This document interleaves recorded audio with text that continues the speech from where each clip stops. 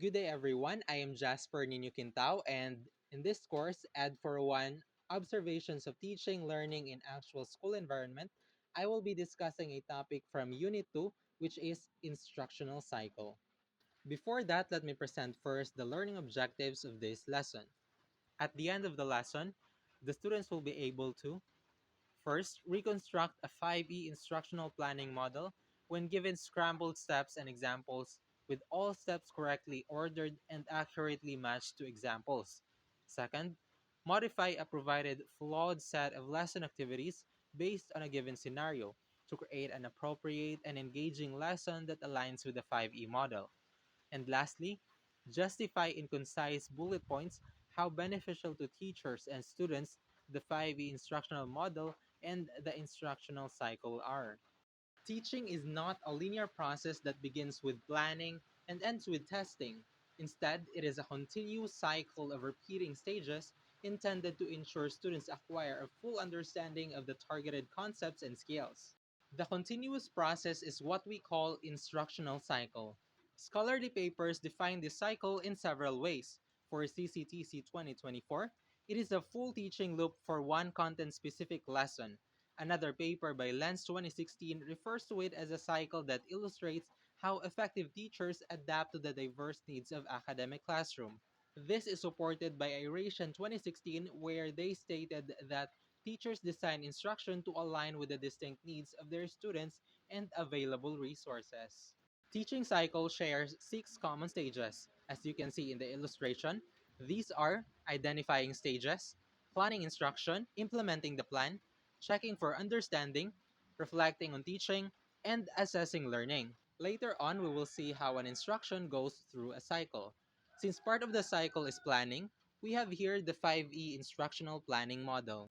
Duran and Duran 2004 defined it as a flexible cycle that helps educators design lessons using constructivist and reform-based teaching methods. Constructivist and reform-based because it helps promote inquiry-driven and student-centered learning, and we'll find out more about it as we go on. 5E model includes five stages. Those are engagement, exploration, explanation, elaboration, and evaluation.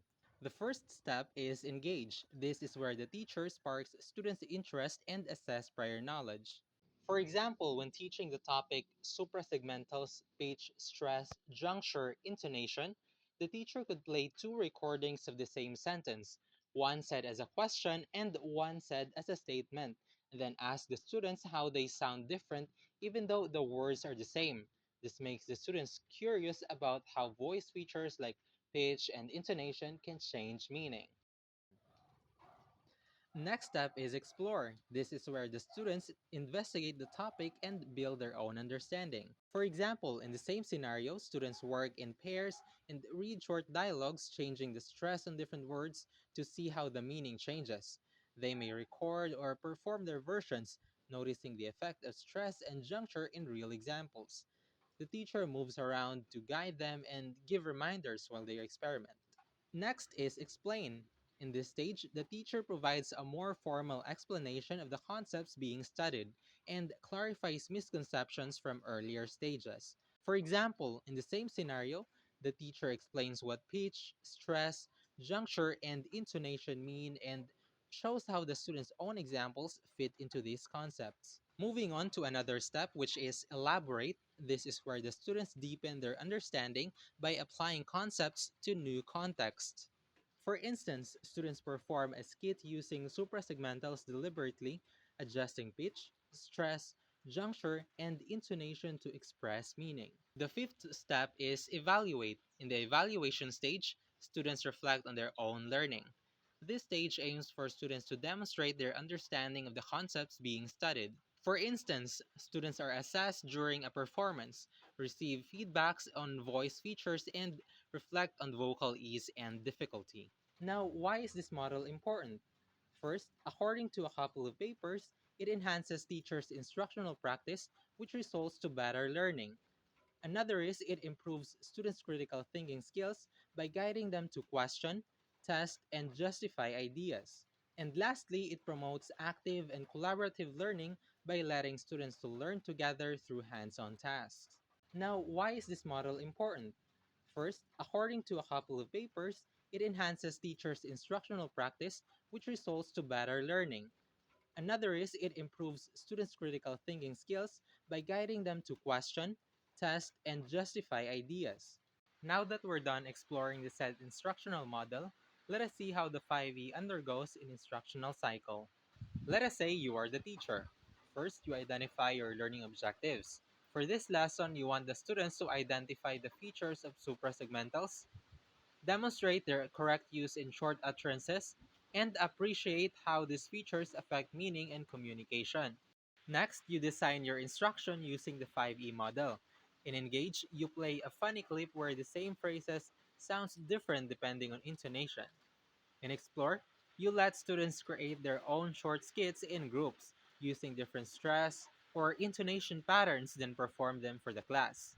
Then you implement the plan. As you go through the lesson, you check for understanding during the explore stage or the exploration stage. Students enjoy the skits, but you notice that many are just guessing or exaggerating the sounds without showing accurate understanding of suprasegmentals. Some still look confused even after the explain stage. So you reflect on your teaching. You realize that the activity you assigned on the exploration stage was very student centered and fun, but it didn't really support or help the students to learn. It gave the students space to be creative, but not enough guidance to help them grasp the rules. So you go back on planning your instruction. Instead of free skits, you design a better exploration activity, like students will listen to recordings where stress or intonation changes meaning. Then in groups, they practice reading those sentences aloud and discussing how meaning shifts. This keeps it student centered, but it directly supports the learning objectives. The next day, you implement the revised plan and check for understanding again. Now, students respond more accurately and show clear progress. You proceed to assess their performance formally, and when you reflect on those results, you see evidence of better mastery. From here, you know what strategies to keep and improve as you move to the next lesson. To wrap it up, the instructional cycle is a continuous process of identifying objectives, planning instruction, implementing, assessing, and reflecting to improve teaching and learning. The 5E model serves as a guide in the planning and implementation, with its stages engage, explore, explain, elaborate, and evaluate, ensuring lessons are student centered and aligned with the objectives. In this way, the 5E becomes both a structure for planning and a tool within the instructional cycle. Before I end this video, let me leave you with a thought. Great teachers are not just made by methods, but by their passion to keep improving for their students. So that's all for this discussion. I hope you learned something, and thanks for watching.